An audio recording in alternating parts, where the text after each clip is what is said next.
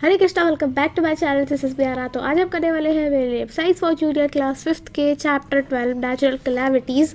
तो ये जो चैप्टर है हमने पूरा कर लिया और आज हम इसकी बैक एक्सरसाइजेस सॉल्व करने वाले हैं। तो सबसे पहला क्वेश्चन है हमारा, of dash is measured on Richard scale. मतलब कि किस चीज़ की मतलब इंटेंसिटी, मतलब कि किस चीज़ की हम लेवल, किस चीज़ का लेवल हम रिचर्ड स्केल से नापते हैं। तो हमने सबसे फेमस अर्थक्वेक में पढ़ा था कि Richter scale is use to measure its level.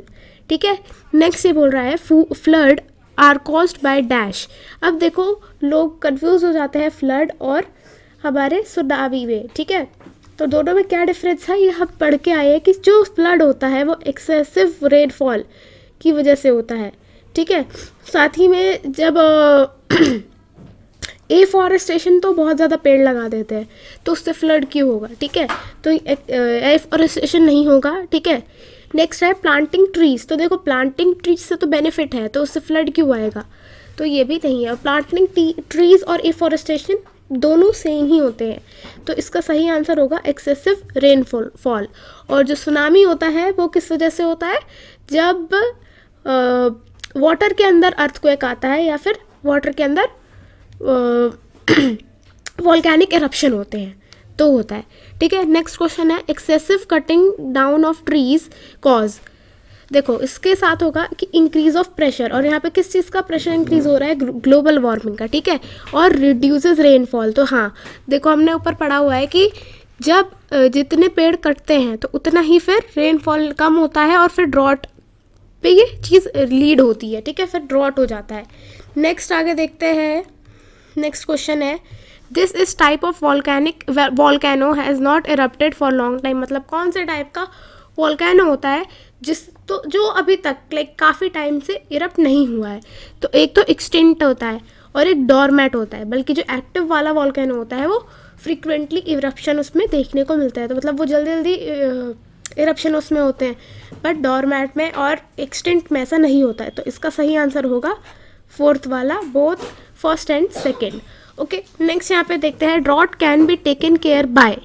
तो देखो flood, cutting trees, digging wells और रेन वाटर हार्वेस्टिंग। तो इसका सही आंसर होगा रेन वाटर हार्वेस्टिंग, क्योंकि देखो यहाँ पे ट्रीज को काट दोगे तो रेनफॉल नहीं होगा, तो ऑब्वियसली ड्रॉट हो जाएगा। ड्रॉट मतलब कि सूखा पड़ जाना। ठीक है, फ्लड से कैसे हम ड्रॉट, एकदम ही ज़्यादा पानी हो जाएगा, तो ये नहीं। डिगिंग ऑफ वेल्स, देखो वेल्स को आप तभी तो डिग करोगे ना जब आप पहले से रेन वाटर हार्वेस्टिंग करके रखोगे, तो इसका सही आंसर होगा रेन वाटर हार्वेस्टिंग। नेक्स्ट देखते हैं अर्थक्वेक इज अ नेचुरल। तो देखो अर्थक्वेक क्या है, एक नेचुरल कैलामिटी है। चैप्टर के बारे में हम चैप्टर में यही पढ़ रहे हैं कि जो हम चैप्टर में पढ़ ही रहे हैं कि जो अर्थ है वो अर्थक्वेक है वो नेचुरल कैलामिटी है। ठीक है, नेक्स्ट यहाँ पे बोल रहा है कि the layer below earth's crust consist of hot rock called as magma. ठीक है, तो वो होता है मैग्मा। जो अर्थ के अंदर, ठीक है, जो रॉक है वो बहुत ही ज़्यादा हॉट है तो वो मैग्मा है, पर जब वो अर्थ की सरफेस पे आ जाता है तो हम उसको लावा बोलते हैं। तो इधर लावा ना लिखकर अभी हम इधर लिखेंगे मैग्मा। ठीक है, मैग्मा होगा। नेक्स्ट यहाँ पे है कि dash volcano not likely to erupt again. तो कौन से ऐसे वॉल्केनोज हैं जो आगे चल के अब फिर से इरप्ट नहीं होंगे, मतलब कि जो आगे से दोबारा इरप्ट नहीं होंगे, जो दोबारा नहीं इरप्शन जिनके अंदर नहीं होगा दोबारा से, तो वो होते हैं एक्सटिंक्ट। मतलब कि जो एक्सटिंक्ट हो गया है, जो अब नहीं रहे। ठीक है, तो यहाँ पे एक्सटिंक्ट आ जाएगा। नेक्स्ट ये बोल रहा है at the time of dash army are call to drop the food.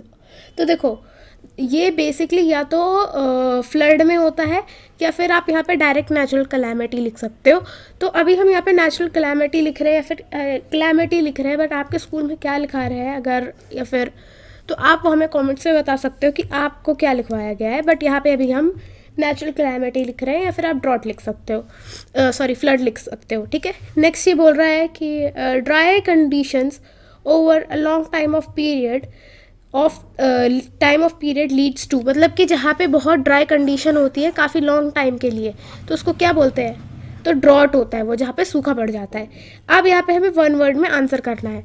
The scale of measure intensity of earthquake, मतलब कि किस चीज़ से हम मेजर करते हैं अर्थक्वेक के लेवल्स को, ठीक है। तो इसका यहाँ पे होगा रिचर्ड स्केल, अभी हमने फर्स्ट यही करके आए हैं, ठीक है। तो यहाँ पे रिचर्ड स्केल होगा। नेक्स्ट है बोल रहा है कि excessive blow of the river water cause of, देखो नहीं सॉरी ये बी रह गया, एक्टिव वॉल्केनो। अब हमें यहाँ पे एक्टिव वॉल्केनो लिखा है तो हमें एक्टिव वॉल्केनो का एक एग्जाम्पल लिखना है, तो माउंट फ्यूजी लिख सकते हो, ठीक है। वो माउंट फ्यूजी कहाँ पे है, जापान में है, तो माउंट फ्यूजी इसका आंसर होगा। नेक्स्ट देखते हैं, ये बोल रहा है excessive overflow of river water causes, मतलब कि जब रिवर वाटर जो है वो ओवरफ्लो हो जाता है या फिर एक्सेसिव फ्लो हो जाता है तो अब उसे क्या बोलते हैं, तो उसे फ्लड बोलते हैं, ठीक है। नेक्स्ट ये बोल रहा है लैक ऑफ रेनफॉल कॉजेज, मतलब कि जब बहुत ज़्यादा रेनफॉल की कमी हो जाती है तो क्या होता है, तब होता है ड्रॉट, ठीक है, तब होता है ड्रॉट। नेक्स्ट ये बोल रहा है कि एक ऐसा एनजीओ का नाम बताओ जो नेचुरल कैलेमिटीज़ में टेक केयर करता है, वो भी चिल्ड्रन की, मतलब जो चिल्ड्रन की देखभाल करता है, तो उसका है UNICEF। तो ये जो है हमने इधर लास्ट पेज पे पढ़ा था इस चैप्टर के कि जो UNICEF जो है, मतलब कि यूनाइटेड नेशंस चिल्ड्रंस फंड जो है, ये हैंडीकैप और ऑर्फन लोगों की, ऑर्फन चिल्ड्रंस की ऐसे कैलेमिटी के टाइम पे टेक केयर करता है। तो आज के लिए इतना ही, ये जो चैप्टर है इसकी बैक एक्सरसाइजेस हमने कर ली है। मिलते हैं नेक्स्ट वीडियो में, till then take care and bye bye, thanks for watching, Hare Krishna.